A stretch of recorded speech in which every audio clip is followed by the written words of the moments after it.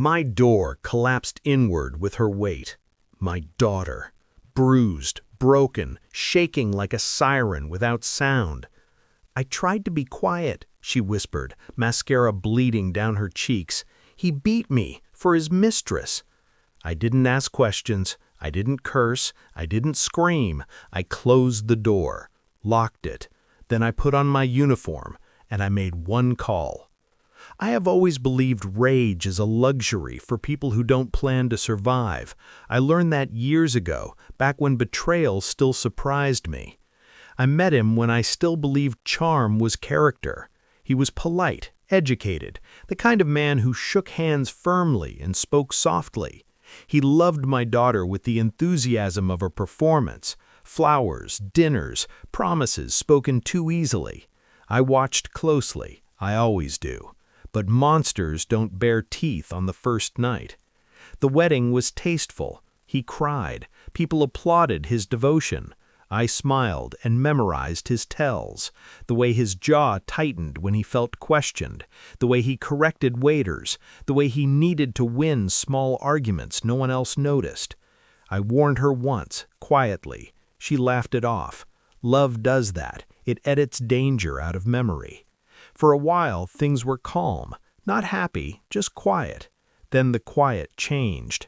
The first sign wasn't bruises, it was isolation, missed calls, canceled visits, excuses rehearsed too carefully.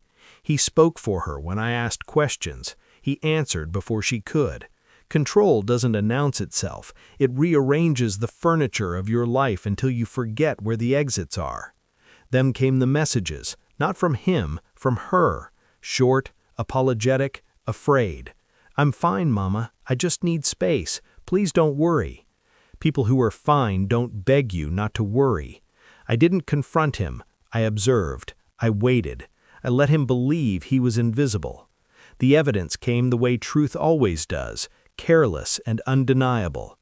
A receipt left in a coat pocket, a hotel not meant for business, a name saved as a number. And finally, a photo sent to the wrong chat, his mistress smiling in my daughter's dress. I felt the moment my heart hardened, not shattered, focused. The night she came to my door bleeding and shaking was not the beginning of my revenge. It was the confirmation.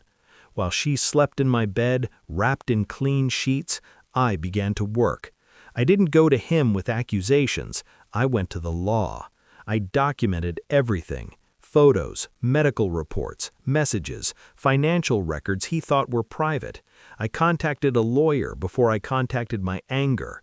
I made another call to his employer, not with threats, with facts. Domestic violence clauses are written in very small print, but they end careers very loudly. I made another to his bank, frozen accounts, shared assets flagged. He liked control. I took it from him, one signature at a time. I didn't hide my moves. I made them slow, visible, unstoppable. He tried to apologize. I blocked him. He tried to threaten. I recorded him. He tried to blame her. I let the court hear it. The mistress called me once. She wanted mercy. I gave her clarity. I sent her copies of his promises to other women. Timelines, overlaps, lies stacked neatly like evidence always is. She didn't cry. She disappeared. People do when the fantasy collapses. The final confrontation happened in a courtroom hallway. He looked smaller there. No walls to punch, no doors to slam, just fluorescent lights and witnesses. He tried to speak to me. I didn't stop walking. "Please," he said, voice cracking, "we can fix this." I turned, slowly. I wanted him to remember this moment. "You broke her," I said. "I broke the world you hid behind." The judge didn't look at him when the order was read. No contact, no excuses, no custody. Consequences aren't dramatic, they're thorough. Now my daughter sleeps through the night again. Healing leaves quietly. She laughs differently. She stands taller. She trusts her reflection. I still wear my uniform. It reminds me who I am when I'm calm. People think revenge is about pain. It's not. It's about balance, about restoring weight to a scale someone tipped with cruelty. I didn't ruin him, I revealed him. And when the doorbell rings now, my house doesn't shake, it stands. So do we.